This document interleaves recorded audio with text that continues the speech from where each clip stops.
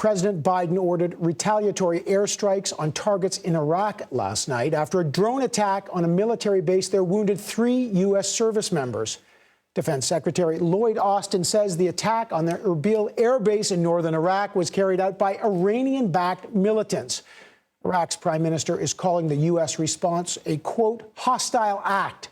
CBS News national security correspondent David Martin now joins us from the Pentagon. David, let's start with those escalating tensions in the Red Sea between the U.S. and the Yemen-based Houthis. What more can you tell us about that? Well, over the past 10 hours, it seems like the southern Red Sea has become a virtual free fire zone.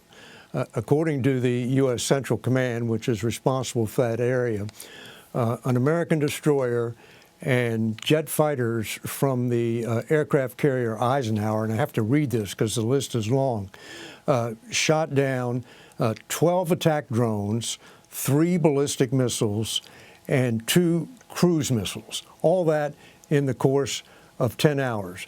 None of the missiles or drones caused any damage to the passing commercial vessels that were presumably the targets of these projectiles, and there are no reports of injuries. But with that many projectiles flying, you can understand why shipping companies and oil firms are telling their captains to stay away from the Red Sea. And now the issue is, can this international maritime task force that the U.S. has put together, and which the U.S. has contributed both destroyers and its aircraft carrier, the Eisenhower, too, whether that can get international commerce back on track and convince all these shipping firms and oil companies that it is once again safe to use the Red Sea as you're going to and from the Suez Canal, which is the quickest way between the Pacific and Europe. Yeah. You see why people are worried about oil prices there. But let's go to Iraq now. What's the latest on the U.S. airstrikes we spoke about later in Iraq? What's going on there?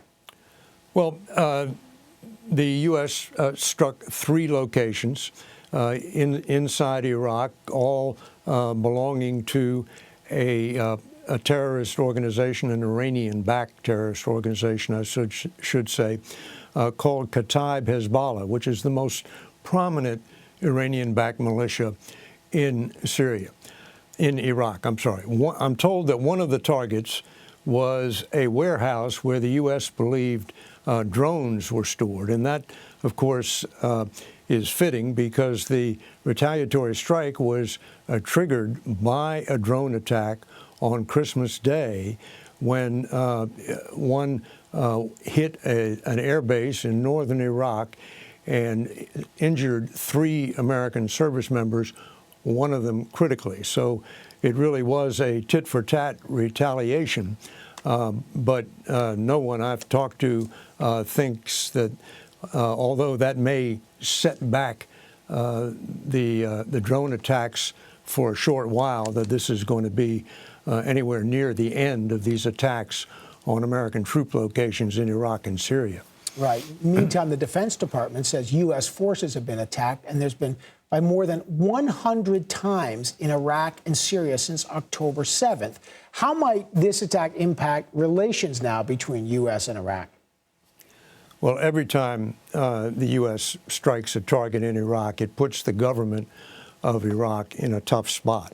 For one thing, it's a violation of their sovereignty to have another country drop bombs on your territory.